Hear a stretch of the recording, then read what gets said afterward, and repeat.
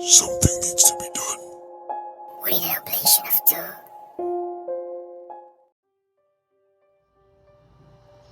A long time ago, a small village called Atulan was exceedingly religious and worshipped the gods called the sun and the moon. These two gods are revered by everyone in Adulan. The people that worship the sun and moon include Father Bagwis and Mother Agua. Years later, they birth an only child. Salop is the name of the couple's child. Salop is very helpful and reserved child in terms of his parents.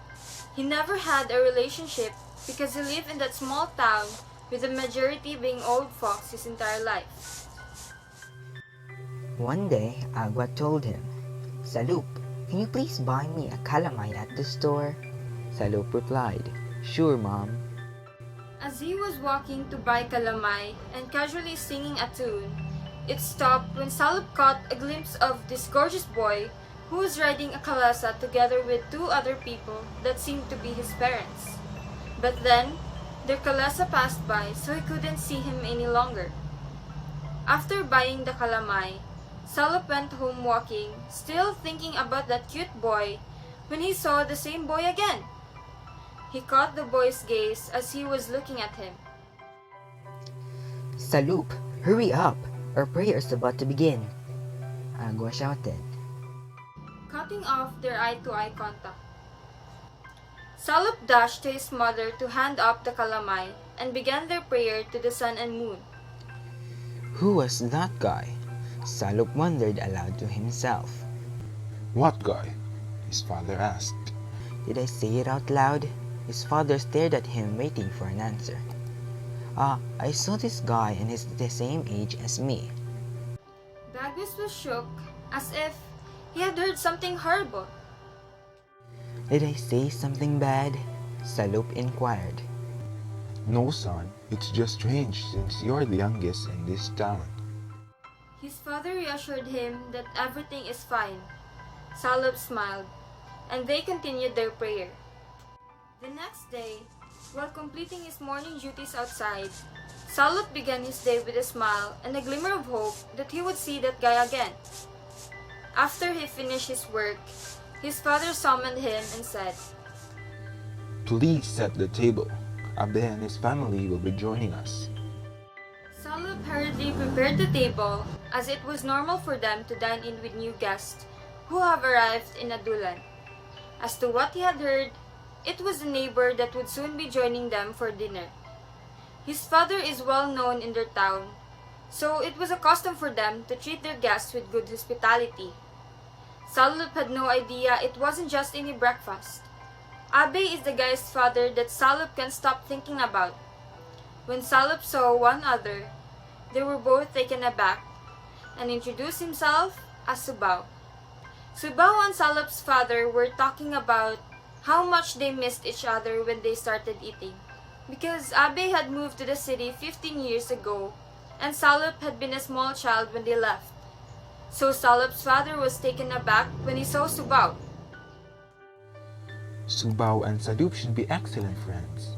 I think they'd be a fantastic complement for each other, Bagui said. And they both blushed. Subao offered to wash the dishes after they finished eating, while Agua urged Salop to assist Subao so they could at least converse. While cleaning the dishes, Salop noticed that his parents and Subao's parents were conversing as if it were a very important matter, but Salop simply ignored it and continued talking to Subao. Subao and Salop became good friends over time and visited one another's home on a regularly. Even if Subao and Salop tried to hide it, their hearts quiver every time they meet each other, as if their long-lost other piece has arrived. They can't put into words how they felt, but it's beautiful. One beautiful morning, Subao abruptly asked Salop, What kind of future do you want? Salup, all confused about the sudden question, answered, To be honest, I don't care about the future. I just go with the flow, and we're too young to worry about it. Whatever happens, happens. Sabao was surprised and responded, Well, for me, I want a future where everyone can grow and be happy towards the bright future. Don't you agree?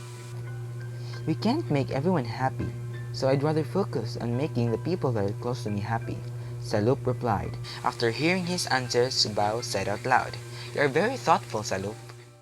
Another day before the moon arrives.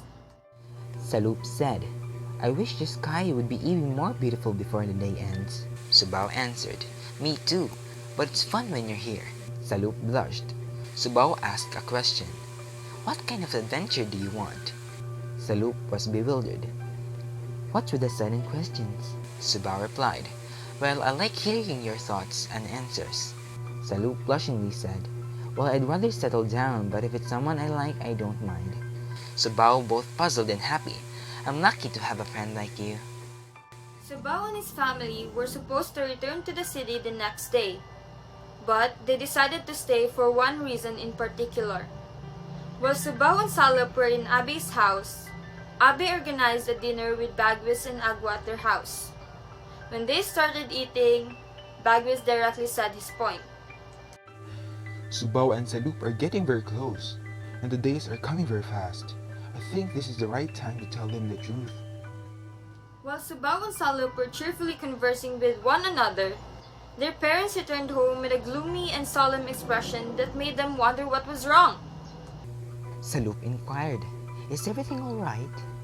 Bagwis replied uneasily, "We need to tell you something." "Are you too aware of our God's sun and moon?" Agua inquired the couple. Subao and Salup nod, unsure of what is going on. Our forefathers left a prophecy that the sun would lose their light essence until they found two chosen mortals with two opposing qualities who could harmonize and balance the sun's essence. Abe explained. "And you two are the chosen ones," Abe continued. Salup exclaimed, "Wait, what?" Subao smiled at Salup, as if he just heard the best news he'd ever heard. "I'm fine with that. It's for the sake of my family and Adulan's future," Subao stated flatly. Salup shouts, "Are you serious? There are a lot of people who could have been sacrificed, but why us? And why would you agree, Subao?" "It's for the people, Salup," Subao responded. "Son, you two have been chosen since you were a small child," Abe added. Salup looks around in bewilderment, hoping this is all a dream. Salup returned home and shut himself up in his room.